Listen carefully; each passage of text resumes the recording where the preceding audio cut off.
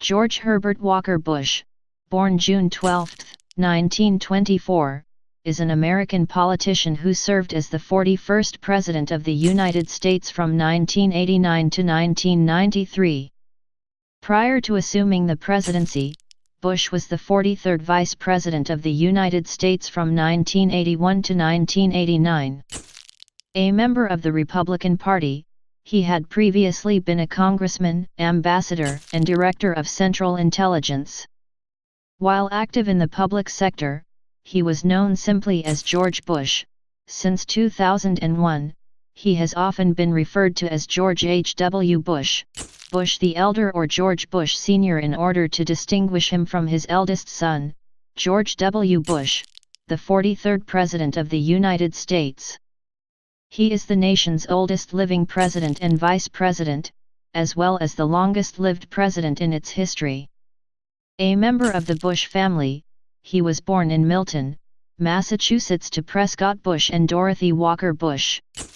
Following the attack on Pearl Harbor on December 7, 1941, Bush postponed his university studies, enlisted in the U.S. Navy on his 18th birthday, and became the youngest aviator in the U.S. Navy at the time. He served until the end of the war, then attended Yale University. Graduating in 1948, he moved his family to West Texas, where he entered the oil business and became a millionaire by the age of 40 in 1964. Soon after founding his own oil company, Bush became involved in politics and won election to the House of Representatives in 1966. In 1971, President Richard Nixon appointed Bush as ambassador to the United Nations, and in 1973, Bush became the chairman of the Republican National Committee. The following year, President Gerald Ford appointed Bush as the ambassador to the People's Republic of China and later reassigned Bush to the position of Director of Central Intelligence. Bush ran for president in 1980 but was defeated in the Republican primary by Ronald Reagan. Reagan chose Bush as his running mate, and Bush became vice president after the Reagan-Bush ticket won the 1980 election. During his 8-year tenure as vice president, Bush headed administration task forces on deregulation and fighting the war on drugs. In 1988, Bush ran a successful campaign to succeed Reagan as president, defeating Democratic opponent Michael Dukakis. Foreign policy drove the Bush presidency. Military operations were conducted in Panama and the Persian Gulf, the Berlin Wall fell in 1989, and the Soviet Union dissolved 2 years later. Though the agreement was not ratified until after he left office, Bush also signed the North American Free Trade Agreement, which created a trade bloc consisting of the United States, Canada, and Mexico. Domestically, Bush reneged on a 1988 campaign promise and, after a struggle with Congress, signed an increase in taxes that Congress had passed. In the wake of a weak recovery from an economic recession, along with continuing budget deficits and the diminution of foreign politics as a major issue in a post-Cold War political climate, he lost the 1992 presidential election to Democrat Bill Clinton. Bush left office in 1993. His presidential library was dedicated in 1997, and he has been active often alongside Bill Clinton in various humanitarian activities. With George W. Bush's victory in the 2000 presidential election, Bush and his son became the second father-son combination to serve as president, following John Adams and John Quincy Adams.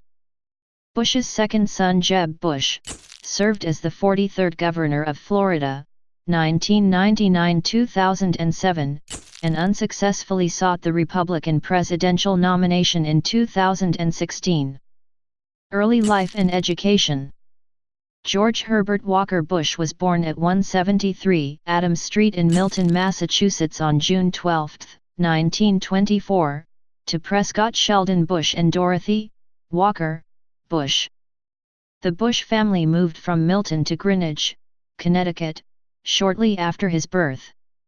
Growing up, he used the nickname Poppy. Bush began his formal education at the Greenwich Country Day School in Greenwich. Beginning in 1938, he attended Phillips Academy in Andover, Massachusetts, where he held a number of leadership positions including president of the senior class, secretary of the student council, president of the community fundraising group, a member of the editorial board of the school newspaper, and captain of both the varsity baseball and soccer teams. World War II. Being rescued by the submarine USS Finback. The United States was drawn into World War II when the Empire of Japan attacked Pearl Harbor on December 7, 1941. 6 months later, Bush enlisted into the U.S. Navy immediately after he graduated from Phillips Academy on his 18th birthday. He became a naval aviator training for aircraft carrier landings and takeoffs on the USS Sable. After completing the 10-month course, he was commissioned as an ensign in the United States Naval Reserve at Naval Air Station Corpus Christi on June 9, 1943, just 3 days before his 19th birthday, which made him the youngest naval aviator to that date. In September 1943, he was assigned to Torpedo Squadron, VT-51, as the photographic officer. The following year, his squadron was based on USS San Jacinto as a member of Air Group 51, where his lanky physique earned him the nickname Skin. During this time, the task force was victorious in one of the largest air battles of World War II, the Battle of the Philippine Sea. After Bush's promotion to lieutenant, junior grade, on August 1, 1944, San Jacinto commenced operations against the Japanese in the Bonin Islands. Bush piloted one of 4 Grumman TBM Avenger aircraft from VT-51 that attacked the Japanese installations on Shishijima. His crew for the mission, which occurred on September 2, 1944, included radioman 2nd Class John Delaney and Lieutenant Junior Grade William White. During their attack, the Avengers encountered intense anti-aircraft fire. Bush's aircraft was hit by flak and his engine caught on fire. Despite the fire in his aircraft, Bush completed his attack and released bombs over his target, scoring several damaging hits. With his engine ablaze, Bush flew several miles from the island, where he and one other crew member on the TBM Avenger bailed out of the aircraft. The other man's parachute did not open. Bush waited for 4 hours in an inflated raft, while several fighters circled protectively overhead until he was rescued by the lifeguard submarine USS Finback. For the next month, he remained on Finback and participated in the rescue of other pilots. Several of those shot down during the attack were executed, and their livers were eaten by their captors. In November 1944, Bush returned to San Jacinto and participated in operations in the Philippines until his squadron was replaced and sent home to the United States. Through 1944, he flew 58 combat missions for which he received the Distinguished Flying Cross, 3 Air Medals, and the Presidential Unit Citation awarded to San Jacinto. Because of his valuable combat experience, Bush was reassigned to Norfolk Navy Base and put in a training wing for new torpedo pilots. He was later assigned as a naval aviator in a new torpedo squadron, VT-153, based at Naval Air Station Grosse Isle, Michigan. The unconditional surrender of Japan was announced on August 15, 1945. Bush was honorably discharged the following month. Marriage and college years. George Bush married Barbara Pearson Rye, New York on January 6, 1945, only weeks after his return from the Pacific and shortly before entering Yale. During the war, the couple had occupied a residence in a small rented apartment in Trenton, Michigan, near Bush's Navy assignment at NAS Grosse Isle. The marriage produced 6 children: George W. Bush, b. 1946, Robin Bush, 1949–1953, died of leukemia, Jeb Bush, b. 1953, Neil Bush, b. 1955, Marvin Bush, B. 1956, and Dorothy Bush, B. 1959. Bush had been accepted to Yale University prior to his enlistment in the military, but he deferred attending the school until after he completed his military service and married Barbara Pierce. While at Yale, he was enrolled in an accelerated program that allowed him to graduate in 2.5 years, rather than the usual 4. He was a member of the Delta Kappa Epsilon fraternity and was elected its president.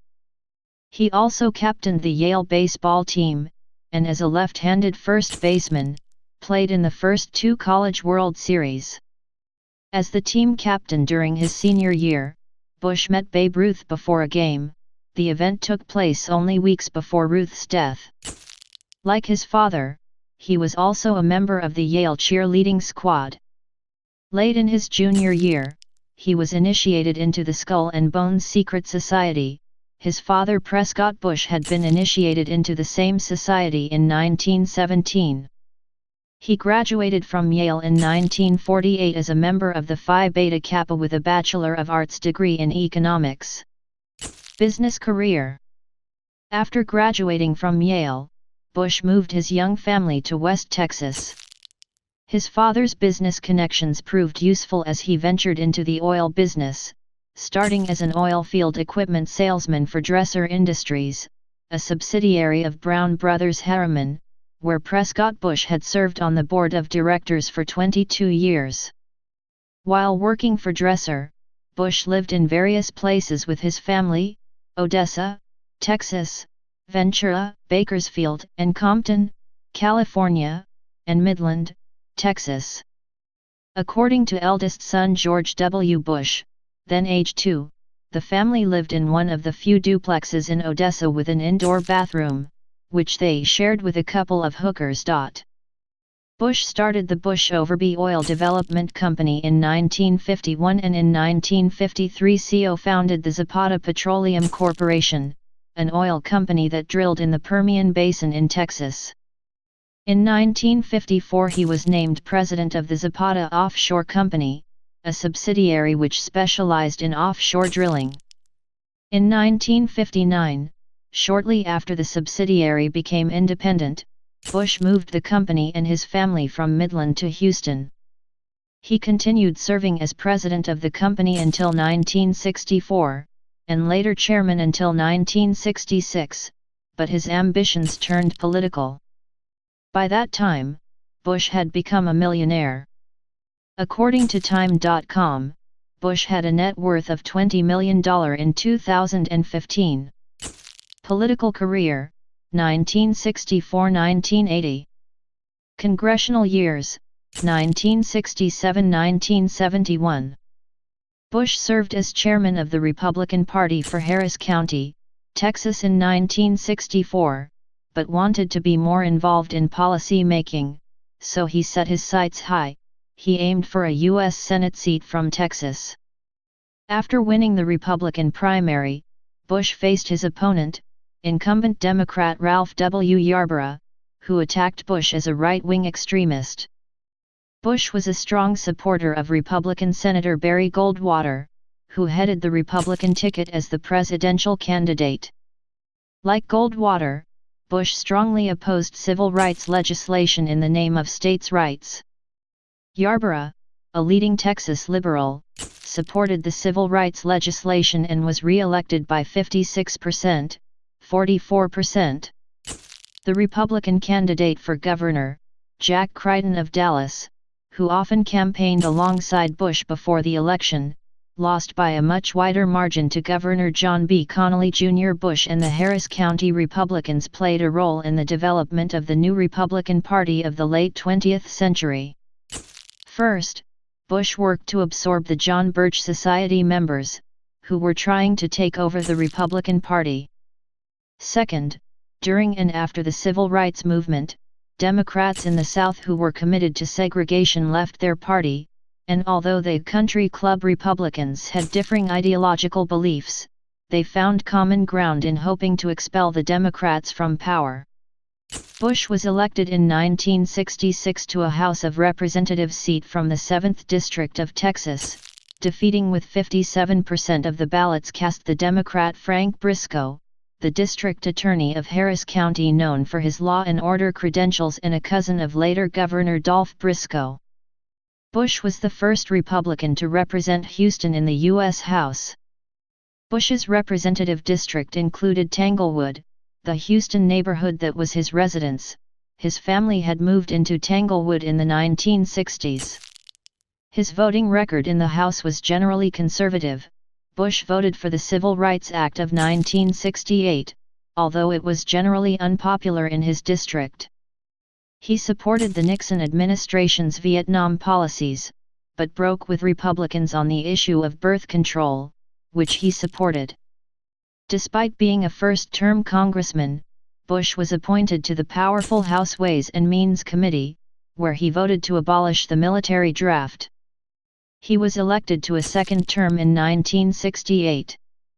In 1970, Nixon convinced Bush to relinquish his House seat to run for the Senate against Ralph Yarborough, a fierce Nixon critic. In the Republican primary, Bush easily defeated conservative Robert J. Morris, by a margin of 87.6% to 12.4%. Nixon came to Texas to campaign in Longview for Bush and gubernatorial candidate Paul Eggers, a Dallas lawyer who was a close friend of U.S. Senator John G. Tower. Former Congressman Lloyd Bentsen, a more moderate Democrat and native of Mission in South Texas, defeated Yarborough in the Democratic primary. Yarborough endorsed Bentsen, who defeated Bush, 53.4 to 46.6%. As Bush's political career waned, he moved out of Houston and sold his first Tanglewood house, but for periods of time continued to reside in Tanglewood. Ambassador to the United Nations, 1971–1973. Following his 1970 loss, Bush was well known as a prominent Republican businessman from the Sun Belt, a group of states in the southern part of the country. Nixon noticed and appreciated the sacrifice Bush had made of his congressional position, so he appointed him ambassador to the United Nations. He was confirmed unanimously by the Senate, and served for 2 years, beginning in 1971. Chairman of the Republican National Committee, 1973–1974. Amidst the Watergate scandal, Nixon asked Bush to become chairman of the Republican National Committee in 1973. Bush accepted, and held this position when the popularity of both Nixon and the Republican Party plummeted. He defended Nixon steadfastly, but later as Nixon's complicity became clear, Bush focused more on defending the Republican Party, while still maintaining loyalty to Nixon. As chairman, Bush formally requested that Nixon eventually resign for the good of the Republican Party. Nixon did this on August 9, 1974. Bush noted in his diary that there was an aura of sadness, like somebody died. The speech was vintage Nixon, a kick or two at the press, enormous strains. One couldn't help but look at the family and the whole thing and think of his accomplishments and then think of the shame. Indeed, a new spirit, a new lift. Envoy to China, 1974–1975. President Gerald Ford appointed Bush to be chief of the U.S. Liaison Office in the People's Republic of China. Since the United States at the time maintained official relations with the Republic of China on Taiwan and not the People's Republic of China, the Liaison Office did not have the official status of an embassy, and Bush did not formally hold the position of ambassador, though he unofficially acted as one. The 14 months that he spent in China were largely seen as beneficial for U.S. China relations. After Ford assumed the presidency, Bush was under serious consideration for being nominated as vice president. Ford eventually narrowed his list to Nelson Rockefeller and Bush. White House Chief of Staff Donald Rumsfeld reportedly preferred Rockefeller over Bush. Rockefeller was finally named and confirmed. Bush was again passed over for the vice presidency by Ford when the president chose Bush's future presidential rival, Senator Bob Dole, to replace Rockefeller on the 1976 presidential ticket. Director of Central Intelligence, 1976–1977. In 1976 Ford brought Bush back to Washington to become Director of Central Intelligence, DCI, replacing William Colby.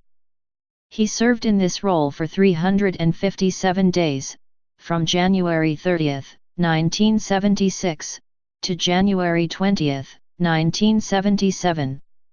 The CIA had been rocked by a series of revelations, including those based on investigations by the Church Committee regarding illegal and unauthorized activities by the CIA, and Bush was credited with helping to restore the agency's morale. In his capacity as DCI, Bush gave national security briefings to Jimmy Carter both as a presidential candidate and as president-elect, and discussed the possibility of remaining in that position in a Carter administration, but did not do so. He was succeeded by Deputy Director of Central Intelligence E. Henry Notch, who served as Acting Director of Central Intelligence until Stansfield Turner was confirmed. Other positions, 1977–1981. After a Democratic administration took power in 1977, Bush became chairman on the executive committee of the First International Bank in Houston.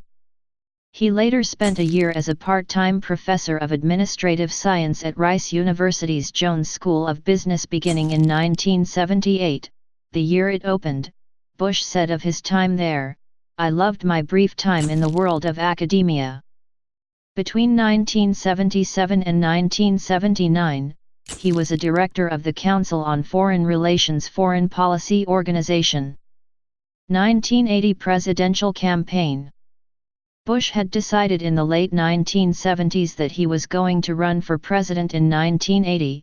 In 1979, he attended 850 political events and traveled more than 250,000 miles, 400,000 kilometers, to campaign for the nation's highest office.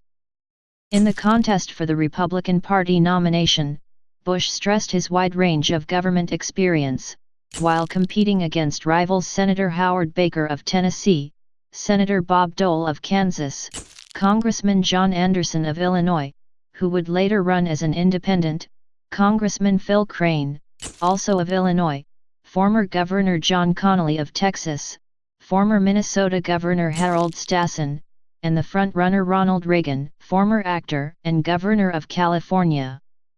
In the primary election, Bush focused almost entirely on the Iowa caucuses, while Reagan ran a more traditional campaign. Bush represented the centrist wing in the GOP, whereas Reagan represented conservatives. Bush famously labeled Reagan's supply-side influenced plans for massive tax cuts voodoo economics.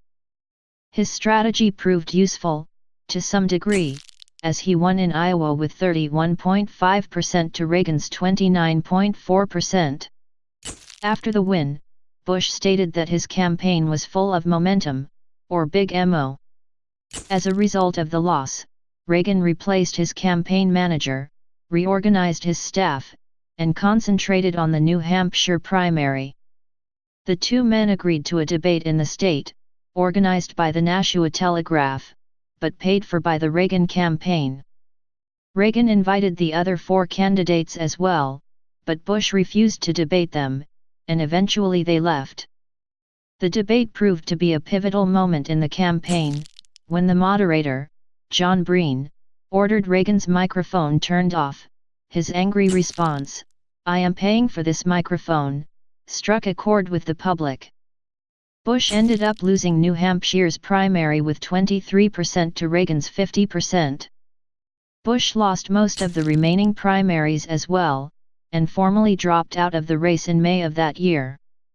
With his political future in doubt, Bush sold his house in Houston and bought his grandfather's estate in Kennebunkport, Maine, known as Walker's Point.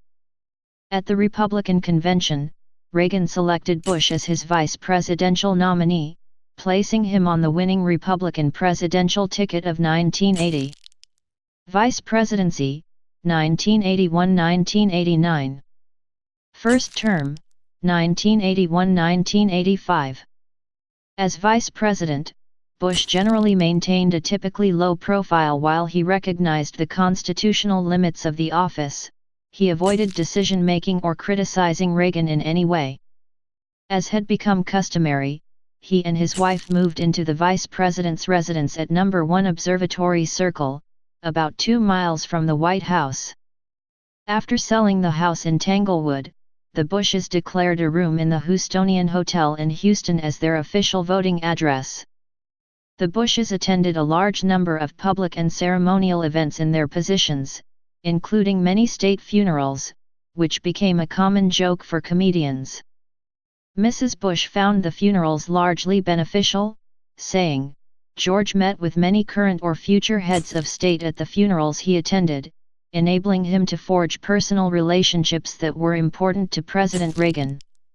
As the President of the Senate, Bush stayed in contact with members of Congress and kept the President informed on occurrences on Capitol Hill. On March 30, 1981, early into the administration, Reagan was shot and seriously wounded by John Hinckley, Jr. in Washington, D.C. Bush was in Fort Worth, Texas, and immediately flew back to Washington because he was next in line to the presidency. Reagan's cabinet convened in the White House Situation Room, where they discussed various issues, including the availability of the nuclear football. When Bush's plane landed, his aides advised him to proceed directly to the White House by helicopter, as an image of the government still functioning despite the attack. Bush rejected the idea, responding, "Only the president lands on the South Lawn." This made a positive impression on Reagan, who recovered and returned to work within 2 weeks. From then on, the two men would have regular Thursday lunches in the Oval Office. During a Tulsa, Oklahoma Republican fundraiser in June 1981, Bush stated that President Reagan was unwilling to make additional tax cut compromises with Congress. In September 1981, Bush traveled to Mexico for participation in Independence Day celebrations there, Bush saying in a statement that President Reagan was deeply committed to strengthening the friendship and cooperation between our countries. In November 1981, Bush toured western Texas to offer support for beleaguered Director of the Office of Management and Budget David Stockman, who he believed was intelligent but needed to adjust to managing journalists. During a December 1981 interview, Bush stated that he was convinced news leaks by unnamed administration officials were correct and had succeeded in hurting President Reagan. "I really feel we have been undisciplined in this White House. We've not served the president well by these leaks."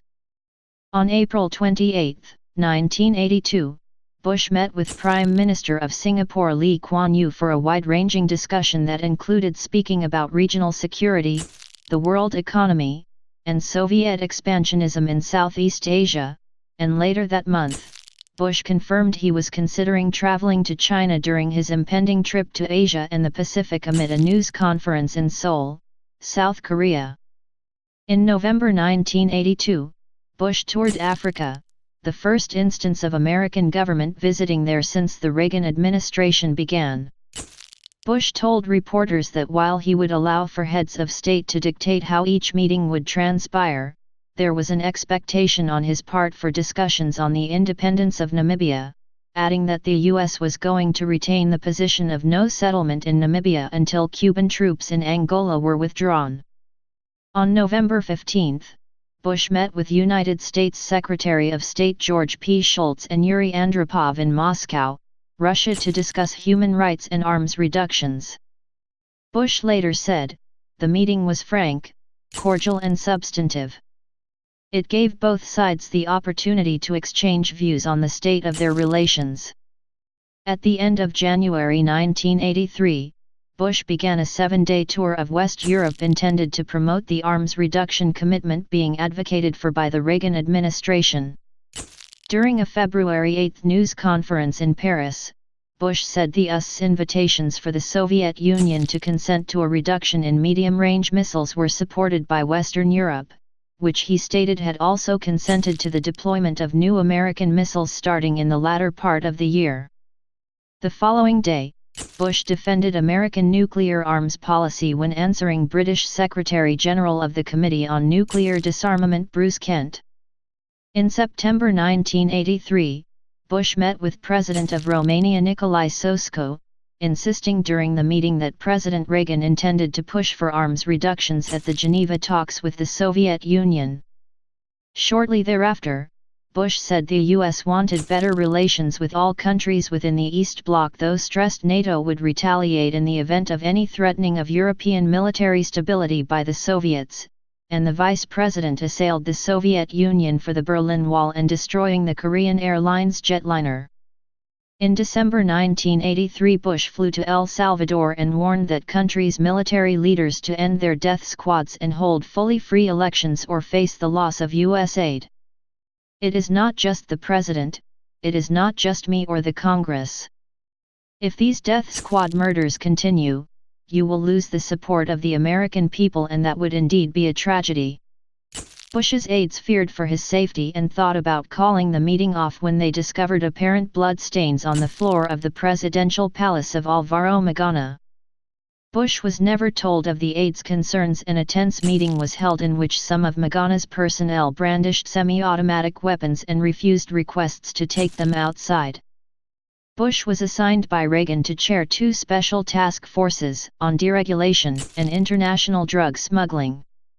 The Deregulation Task Force reviewed hundreds of rules, making specific recommendations on which ones to amend or revise, in order to curb the size of the federal government.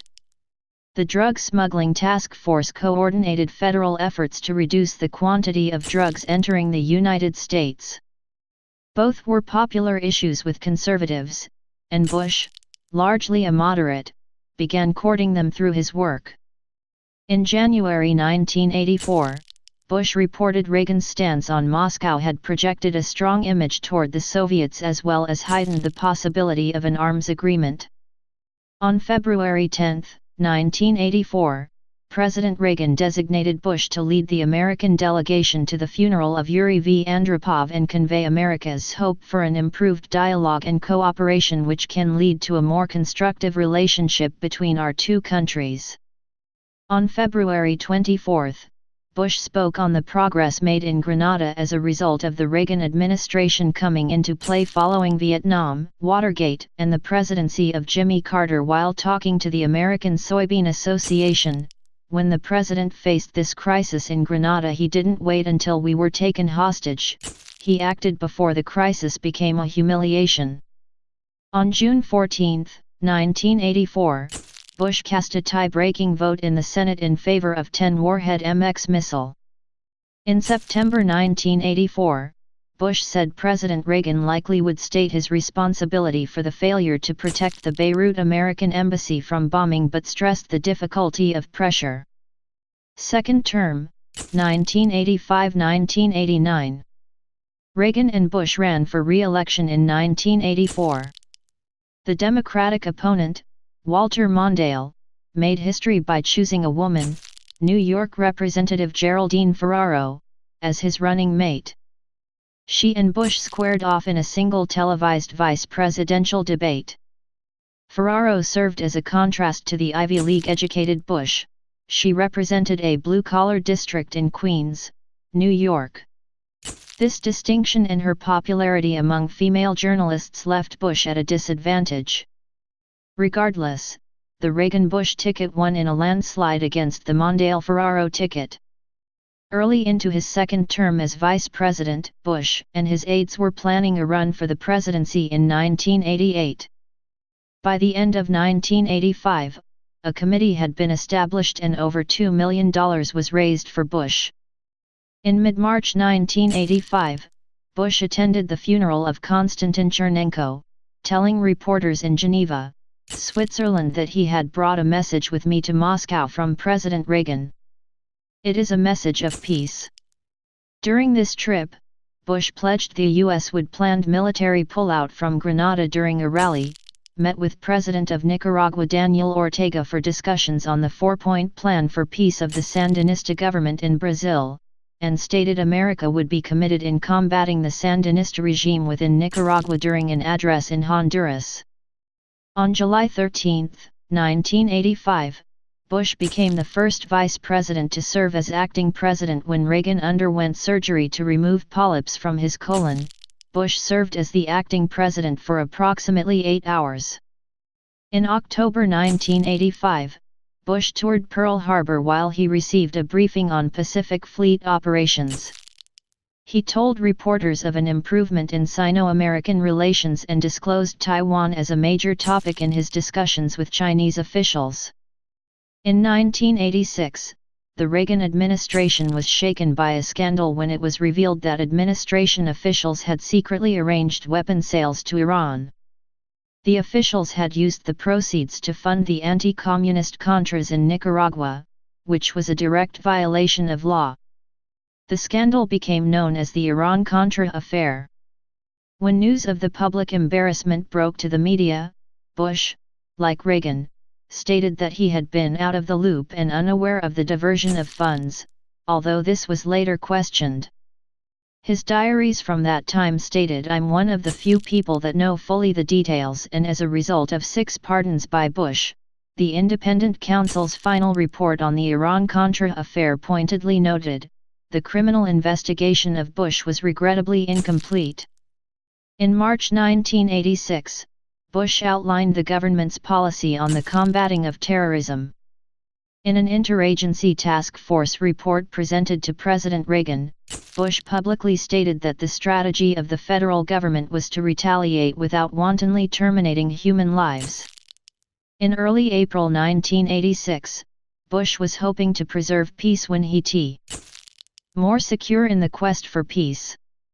An era in which the nations of the world, East and West, North and South, can prosper and live in harmony.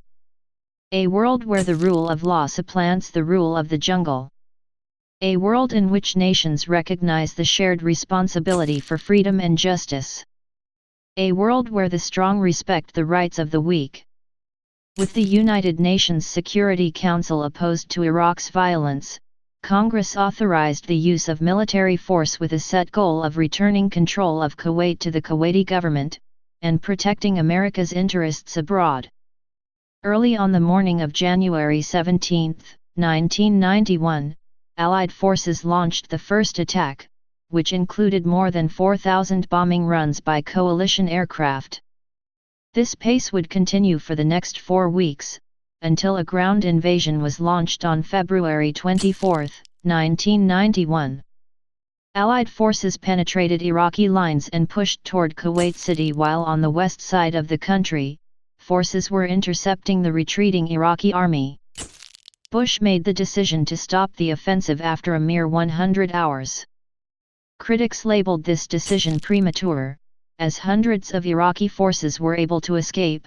Bush responded by saying that he wanted to minimize U.S. casualties. Opponents further charged that Bush should have continued the attack, pushing Hussein's army back to Baghdad, then removing him from power. Bush explained that he did not give the order to overthrow the Iraqi government because it would have incurred incalculable human and political costs. "We would have been forced to occupy Baghdad and, in effect, rule Iraq." Bush's approval ratings skyrocketed after the successful offensive. Additionally, President Bush and Secretary of State Baker felt the coalition victory had increased U.S. prestige abroad and believed there was a window of opportunity to use the political capital generated by the coalition victory to revitalize the Arab-Israeli peace process. The administration immediately returned to Arab-Israeli peacemaking following the end of the Gulf War. This resulted in the Madrid Conference, later in 1991. Somali Civil War.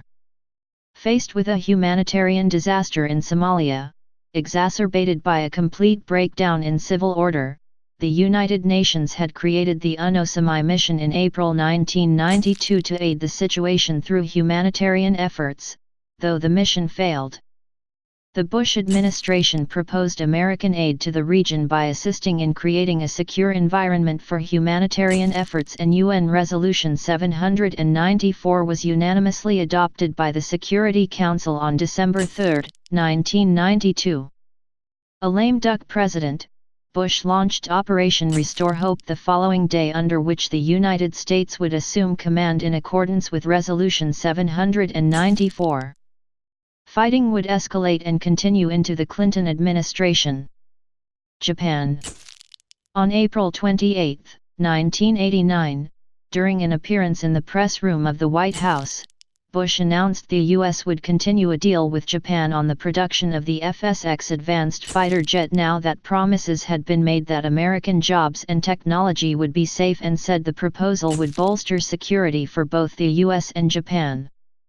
On November 21, 1989, Bush signed a measure guaranteeing reparations to Japanese Americans interred during World War II, $20,000 for each survivor having been authorized by Congress.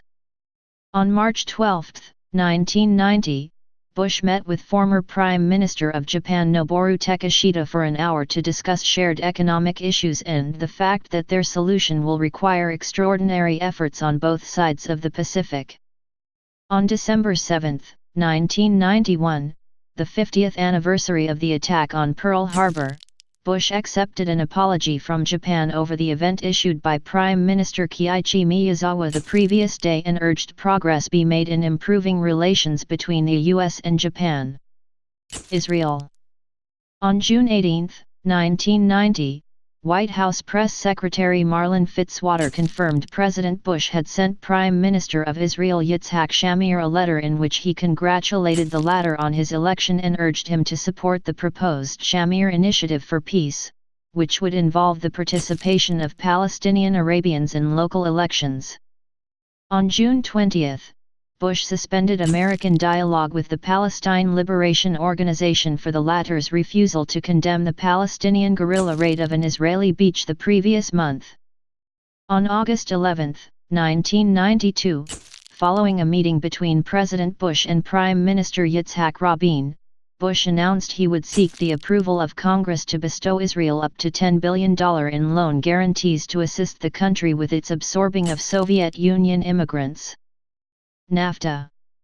Bush's administration, along with the progressive conservative Canadian Prime Minister Brian Mulroney, spearheaded the negotiations of the North American Free Trade Agreement, NAFTA, which would eliminate the majority of tariffs on products traded among the United States, Canada, and Mexico, to encourage trade amongst the countries. The treaty also restricts patents, copyrights, and trademarks, and outlines the removal of investment restrictions among the three countries. President Bush announced the completion of NAFTA during a Rose Garden appearance on August 12, 1992, calling it the beginning of a new era. The agreement came under heavy scrutiny amongst mainly Democrats, who charged that NAFTA resulted in a loss of American jobs. NAFTA also contained no provisions for labor rights. According to the Bush administration, the trade agreement would generate economic resources necessary to enable Mexico's government to overcome problems of funding and enforcement of its labor laws. Bush needed a renewal of negotiating authority to move forward with the NAFTA trade talks. Such authority would enable the president to negotiate a trade accord that would be submitted to Congress for a vote, thereby avoiding a situation in which the president would be required to renegotiate with trading partners those parts of an agreement that Congress wished to change. While initial signing was possible during his term, negotiations made slow, but steady, progress. President Clinton would go on to make the passage of NAFTA a priority for his administration, despite its conservative and Republican roots, with the addition of two side agreements to achieve its passage in 1993. The treaty has since been defended as well as criticized further. The American economy has grown 54% since the adoption of NAFTA in 1993, with 25 million new jobs created. This was seen by some as evidence of NAFTA being beneficial to the United States. With talk in early 2008 regarding a possible American withdrawal from the treaty, Carlos M. Gutierrez, current United States Secretary of Commerce, writes, "Quitting NAFTA would send economic shock waves throughout the world, and the damage would start here at home." But John J. Sweeney, president of the AFL-CIO, wrote in the Boston Globe that the U.S. trade deficit with Canada and Mexico ballooned to 12 times its pre-NAFTA size, reaching $111 billion in 2004. Pardons. As other presidents have done, Bush issued a series of pardons during his last days in office. On December 24, 1992, he granted executive clemency to 6 former government employees implicated in the Iran-Contra scandal of the late 1980s, most prominently former Secretary of Defense Caspar Weinberger. Bush described Weinberger, who was scheduled to stand trial on January 5, 1993, for criminal charges related to Iran-Contra, as a true American patriot. In addition to Weinberger, Bush pardoned Dwayne R. Claridge, Claire E. George, Robert C. McFarlane, Elliott Abrams, and Alan G. Fears, Jr., all of whom had been indicted and/or convicted of criminal charges by an independent counsel headed by Lawrence Walsh. Honorary degrees. Howard University, Doctor of Laws, 1981. Sacred Heart University, Doctor of Laws, 1981. Miami University, Doctor of Laws, 1982. Ohio State University, Doctor of Humane Letters, 1983. Texas A&M University, 1989. Liberty University, Doctor of Humanities, 1990. University of Macau, Doctor of Social Sciences, 2009. Dartmouth College, Doctor of Laws, 2011. Harvard University, Doctor of Laws, May 29, 2014. National Intelligence University, Doctor of Strategic Intelligence, March 8, 2016. This list is incomplete, you can help by expanding it. Awards and honors. In 1990, Time magazine named him the Man of the Year. In 1991, the U.S. Navy Memorial Foundation awarded Bush its Lone Sailor Award for his naval service and his subsequent government service. In 1993, he was made an honorary Knight Grand Cross of the Order of the Bath by Queen Elizabeth II. In 2009, he received the PGA Tour Lifetime Achievement Award. 1992 Presidential Campaign. In early 1992, Bush announced that he would seek a second term. A coalition victory in the Persian Gulf War and high approval ratings made re-election seem likely. As a result, many leading Democrats declined to seek their party's presidential nomination. On the negative side, Bush's popularity was reduced by an economic recession and doubts of whether he properly ended the Gulf War. Conservative political columnist Pat Buchanan challenged Bush for the Republican nomination. He shocked political pundits by finishing second, with 37% of the vote in the New Hampshire primary. Bush responded by adopting more conservative positions on issues, in an attempt to undermine Buchanan's base. Once he had secured the nomination, Bush faced his Democratic challenger, Arkansas Governor Bill Clinton. Clinton attacked Bush as a politician who was not doing enough to assist the working middle class and being out of touch with the common man, a notion reinforced by reporter Andrew Rosenthal's false report that Bush was astonished to see a demonstration of a supermarket scanner. In early 1992, the race took an unexpected twist when Texas billionaire H. Ross Perot launched a third-party bid, claiming that neither Republicans nor Democrats could eliminate the deficit and make government more efficient. His message appealed to voters across the political spectrum disappointed with both parties' perceived fiscal irresponsibility. Perot later bowed out of the race for a short time, then re-entered. Clinton had originally been in the lead, until Perot re-entered, tightening the race significantly. As election day neared, the polls suggested that the race was a dead heat, but Clinton pulled out on top, with 370 electoral votes to Bush's 168 votes. Perot won 19% of the popular vote, one of the highest totals for a third-party candidate in U.S. history, drawing equally from both major candidates, according to exit polls. Several key factors led to Bush's defeat. The ailing economy that arose from recession may have been the main factor in Bush's loss. On election day, 7 in 10 voters said that the economy was either not so good or poor. On the eve of the 1992 election, after unemployment reports of 7.8% appeared, the highest since 1984, economic recession had contributed to a sharp decline in his approval rating to just 37%. Conservative Republicans pointed out that Bush's 1990 agreement to raise taxes contradicted his famous "read my lips, no new taxes" pledge. In doing so, Bush alienated many members of his conservative base, losing their support for his re-election. According to one survey, of the voters who cited Bush's broken "no new taxes" pledge as very important, 2/3 voted for Bill Clinton.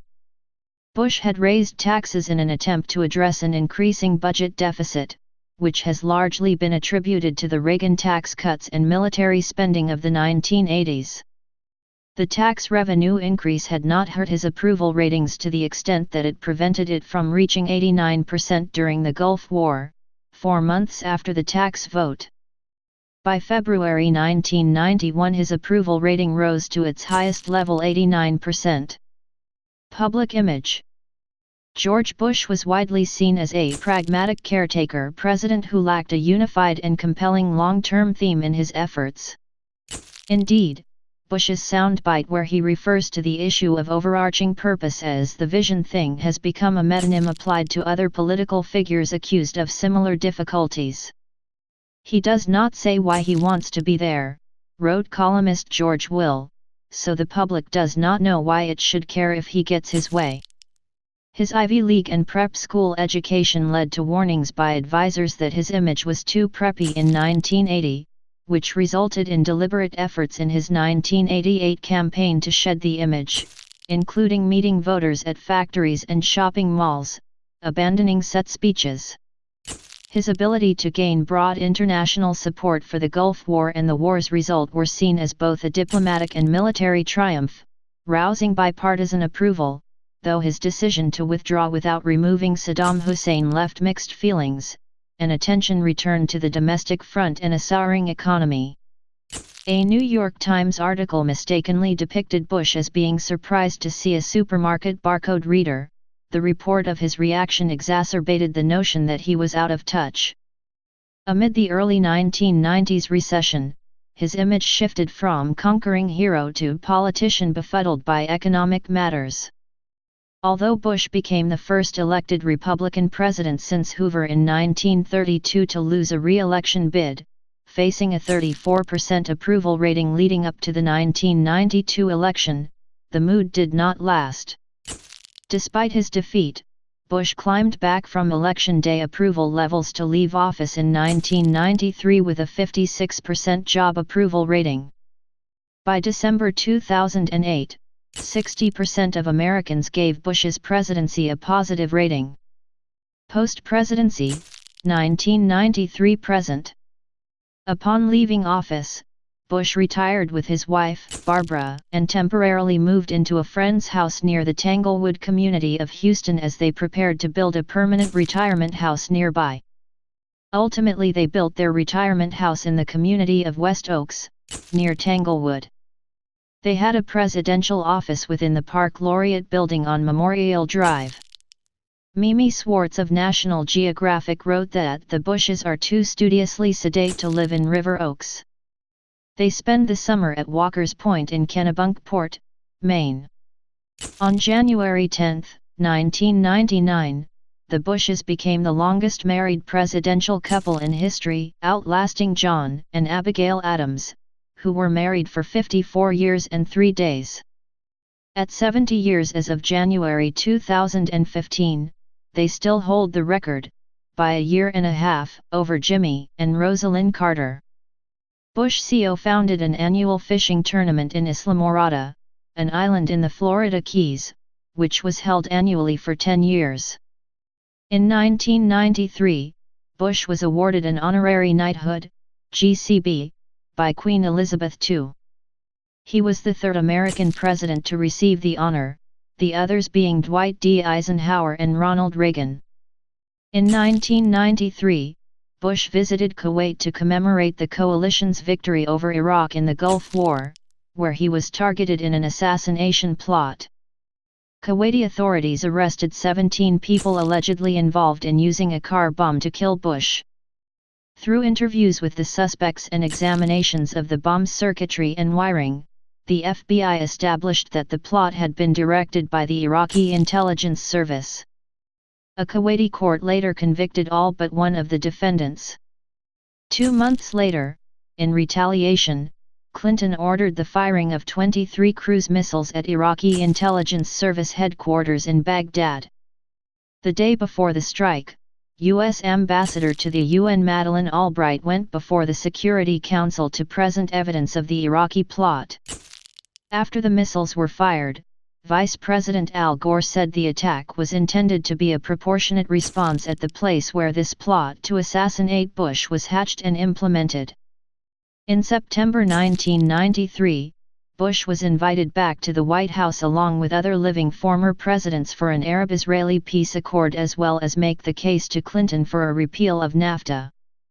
In April 1994, Bush attended the funeral of Richard Nixon. In the 1994 elections, his sons George W. and Jeb concurrently ran for governor of Texas and governor of Florida. The elder Bush frequently telephoned their headquarters for updates on the race. George W. won his race against Ann Richards while Jeb lost to Lawton Chiles. After the results came in, the elder Bush told ABC, "I have very mixed emotions. Proud father, is the way I would sum it all up." From 1993 to 1999 he served as the chairman to the Board of Trustees for Eisenhower Fellowships, and from 2007 to 2009 was chairman of the National Constitution Center. On September 28, 1994, Bush said he was opposed to sending American troops to Haiti, citing his loss of confidence in President of Haiti Jean-Bertrand Aristide while speaking to business and civic leaders in Houston. In an October 22, 1994 speech in Cancun, Mexico, Bush said history would vindicate him for not attempting to force Saddam Hussein out of power while in office. The Mideast peace talks that offer hope to the world would never have started if we had done that. The Arabs would never have talked to us. On July 17, 1995, Bush returned to the White House for the unveiling of his official portrait in an East Room ceremony attended by former members of his administration. In September 1995, Bush met with President of Vietnam Lee Hsien and Party Secretary Me in Vietnam. On September 2, Bush and his son George W. participated in a parade commemorating World War II in Fredericksburg, Texas, where the elder Bush reasoned the U.S. had become united in the aftermath of the Pearl Harbor attack and stressed America would have to stay involved in world affairs to continue its unity. On July 26, 1996, Bush met with Republican presidential candidate Bob Dole and pledged he would do everything in his power to aid in securing a victory for Dole in the presidential election. On October 6, Bush and Dole lunched together during a preparation for upcoming debates with President Clinton, Bush's experience with debating Clinton prompting Dole to seek out his advice. In 1997, the Houston Intercontinental Airport was renamed George Bush Intercontinental Airport. In February 1997, Bush endorsed the chemical weapon banning treaty supported by United States Secretary of State Madeleine Albright, saying the U.S. would need to approve the treaty ahead of the April deadline. In April 1997, Bush gave a speech at a convocation of a weekend conference analyzing his presidency and joined President Bill Clinton, former President Ford, and Nancy Reagan in signing the Summit Declaration of Commitment and advocating for participation by private citizens in solving domestic issues within the United States. In August 1997, Bush agreed to be interviewed by the New York Times, so long as his portrayal not appear to be giving credit to himself, over the balanced budget deal composed by President Clinton and House Speaker Newt Gingrich, stating his belief that history would show his administration laid the groundwork for the agreement during a telephone interview. President Bush is honorary chairman of Points of Light, an international non-profit dedicated to engaging more people and resources in solving serious social problems through voluntary service. In January 1999, Bush spoke in the old Senate chamber as part of a lecture series for senators in an address warning against the collapse of political decorum and invasions into the privacy of individuals. In February 1999, Bush was part of the American delegation to the funeral of Hussein of Jordan in Amman. In April 1999, Bush called for the release of former Chilean dictator Augusto Pinochet when Spain had him arrested and sought to try him for human rights violations.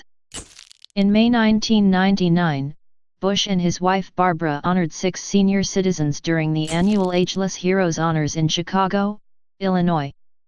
George W. Bush Presidency.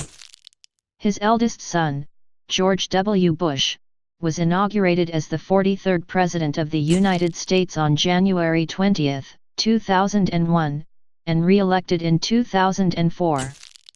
Through previous administrations, the elder Bush had ubiquitously been known as George Bush or President Bush, but following his son's election the need to distinguish between them has made retronymic forms such as George H. W. Bush and George Bush Sr. and colloquialisms such as Bush 41 and Bush the Elder much more common.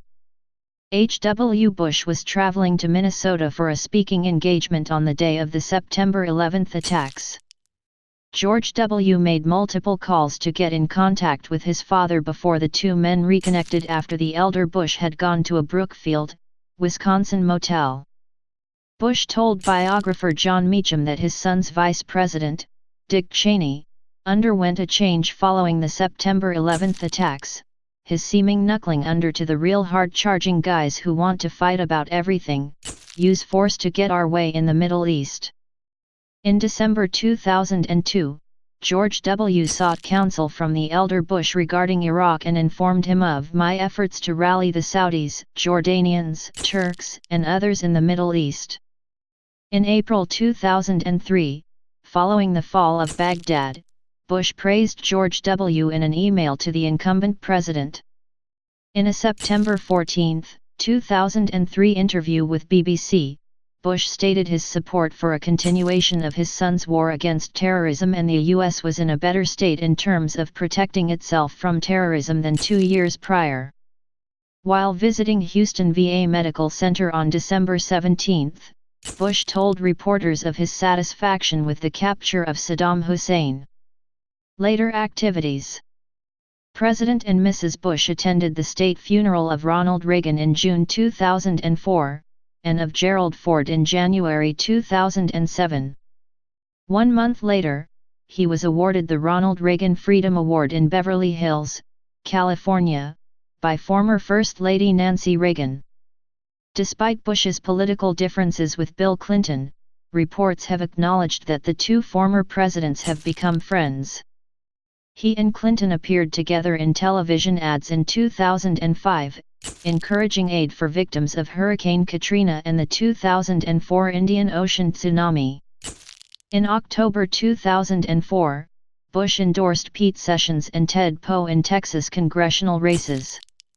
In February 2006, Bush attended and delivered a eulogy at the funeral of Coretta Scott King. On March 2, 2006, President Bush announced that his father would lead the American delegation to the inauguration of President-elect of the Republic of Portugal Aníbal Cavaco Silva. In September 2006, Bush campaigned for New Jersey Senate candidate Thomas Kean, Jr., praising him as well as stating his respect for Kean, calling on the resignation of U.S. Defense Secretary Rumsfeld. Kean went on to lose the election. The following month, he was honored by the National Italian-American Foundation, NIAF, with the NIAF One America Award for fundraising, with Bill Clinton, for the victims of the 2004 tsunami and Hurricane Katrina. On February 18, 2008, Bush formally endorsed Senator John McCain for President of the United States. The endorsement offered a boost to McCain's campaign, as the Arizona senator had been facing criticism among many conservatives. During a trip to Tokyo, Japan, Bush said that he would campaign vigorously against Senator Hillary Clinton were she to initiate a presidential bid. In March 2008, Bush met with President of the People's Republic of China Hu Jintao, who praised Bush for his attempts at harmonizing relations between the U.S. and China.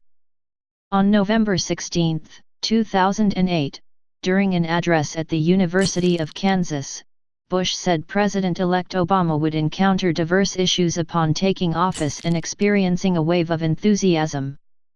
On January 10, 2009, both George H.W. and George W. Bush were present at the commissioning of USS George H.W. Bush, CVN-77, the 10th and last Nimitz-class supercarrier of the United States Navy.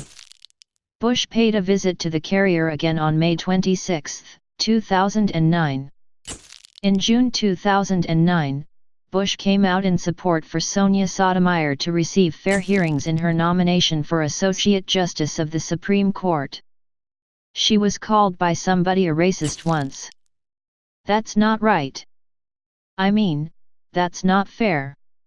It doesn't help the process. You're out there name-calling. So let them decide who they want to vote for and get on with it.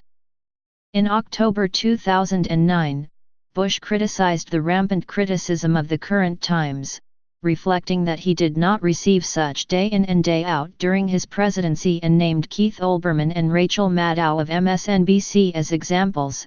He called the two sick puppies. Also during that month, on October 16, Bush joined President Barack Obama on stage at Texas A&M University for a promotion of volunteering. In 2011, he was inducted in the World Golf Hall of Fame. On February 15, 2011, he was awarded the Presidential Medal of Freedom, the highest civilian honor in the United States, by President Barack Obama. On March 29, 2012, Bush endorsed Mitt Romney for the Republican presidential nomination in the 2012 presidential election, NBC News reporting that Bush had chosen to support Romney 3 months prior. In July 2013, Bush had his head shaved in a show of support for the 2-year-old son of a member of his security detail, who had leukemia. On July 7, Bush met with Gabrielle Giffords for part of her week-long Rights and Responsibilities tour, advocating expanded background checks in relation to firearm purchases. In April 2014, Frederick D. McClure, chief executive of the Bush Library Foundation, organized a 3-day gathering in College Park, Texas, to mark the 25th anniversary of the Bush administration. Also in early 2014, the John F. Kennedy Library Foundation presented the Profile in Courage Award to Bush, and Mount Vernon awarded him its first Cyrus A. Ansari Prize. The Kennedy Foundation Award was presented by Jack Schlossberg, the late president's grandson, to Lauren Bush Lauren, who accepted on her grandfather's behalf. The Ansari Prize was presented in Houston with Ansari, Barbara Lucas, Ryan C. Crocker, Dean of the Bush School since January 2010, Barbara Bush, and Kurt Vibrans in attendance with the former president. Bush directed $50,000 of the prize to the Bush School at Texas A&M, and $25,000 will fund an animation about the Siege of Yorktown for MT Vernon. Vibrans and Lucas represented Mount Vernon at the presentation. On June 12, 2014, Bush fulfilled a long-standing promise by skydiving on his 90th birthday. He made the parachute jump from a helicopter near his home at 11:15 a.m. in Kennebunkport, Maine.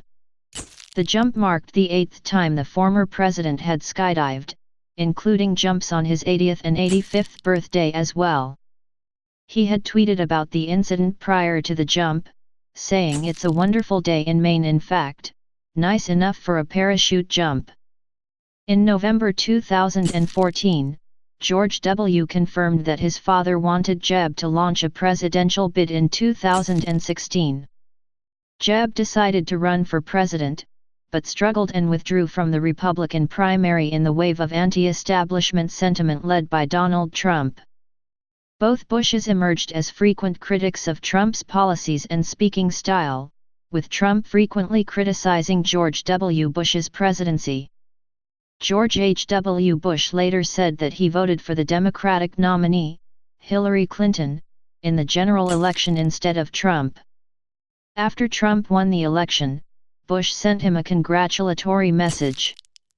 On December 7, 2016, Bush and former Senator Bob Dole commemorated the 75th anniversary of the attack on Pearl Harbor by appearing at the Bush Center of Texas A&M University. On February 5, 2017, George and Barbara Bush participated in the coin toss for Super Bowl LE. On May 18, 2017, after the death of Roger Ailes, Bush tweeted, "He wasn't perfect, but Roger Ailes was my friend and I loved him. Not sure I would have been president without his great talent, loyal help. Rib." On August 16, 2017, Bush and his son George W. released a joint statement in which they condemned the violence at the Unite the Right rally. On September 7, 2017, Bush partnered with former Presidents Carter, Clinton, George W. Bush, and Obama to work with One America Appeal to help the victims of Hurricane Harvey and Hurricane Irma in the Gulf Coast and Texas communities. Health. On February 24, 2000, Bush was standing at a reception for 90 minutes when he felt lightheaded. He was admitted to a hospital with an irregular heartbeat. When Bush was released 3 days later, his doctors said that he had retained the irregularity in his heartbeat. On March 11, 2007, Bush fainted on a golf course and was admitted to the Eisenhower Medical Center in Rancho Mirage, but was released the following morning. Bush suffers from vascular Parkinsonism, a form of Parkinson's disease that has forced him to use a motorized scooter or wheelchair since at least 2012. In July 2015, Bush suffered a severe neck injury. At age 91 in October that year, he was wearing a neck brace in his first public engagement since the accident when he threw the ceremonial first pitch for the Houston Astros at Minute Maid Park. Bush sent a letter to President-elect Donald Trump in January 2017 to inform him that because of his poor health, he would not be able to attend Trump's inauguration on January 20. He gave him his best wishes.